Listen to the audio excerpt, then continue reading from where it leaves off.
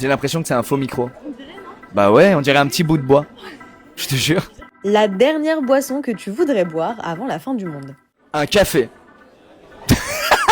Franchement, je me dirais, ah c'est la fin du monde.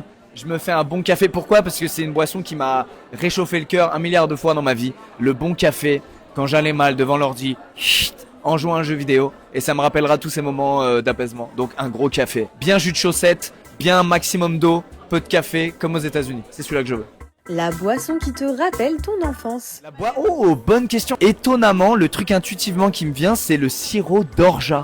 Alors j'en ai pas tant bu que ça, mais la première fois que j'en ai bu, j'ai fait la même tête que tu viens de faire. Qu'est-ce que c'est? Et je me suis dit, ouais, le goût il est trop bizarre et ça m'a marqué. En gros, j'avais un voisin qui en buvait énormément et quand j'allais chez lui après les cours, bah il me faisait du sirop d'orgeat. Et à la fois j'aimais, je détestais, ça m'a marqué, j'ai retenu ça. Donc intuitivement, je te dirais boisson de mon enfance, sirop d'orgeat. Alors c'est peut-être celle que j'ai le moins bu. Pourquoi tu as appelé ta boisson Ciao Kombucha? À la base, on se disait, ah, en vrai, on lance ce truc un peu pour populariser les boissons naturelles, pour dire un peu ciao au soda, etc.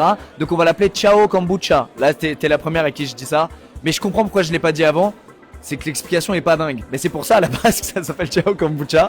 J'aurais peut-être jamais dû le dévoiler, c'est trop tard maintenant.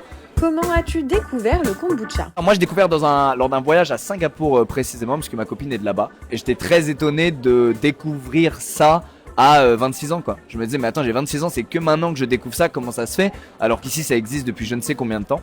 Et donc, je me suis rendu compte que en Europe et particulièrement en France, c'est des types de boissons qui ont pas mal de retard, je trouve, qui sont très catégorisés en vente dans des endroits, tu sais, très bio, dans les très très grandes villes, etc. Tu catégorises instantanément le produit en ah ça c'est naturel, c'est bio, ça doit être dégueu, c'est chiant. Et du coup je me suis dit bah c'est trop dommage parce que je pense qu'il y a un big potentiel avec ces boissons là qui sont non pas je dirais bonnes pour votre santé, mais qui sont 1000 fois moins nocives que la plupart de ce qu'on boit au quotidien.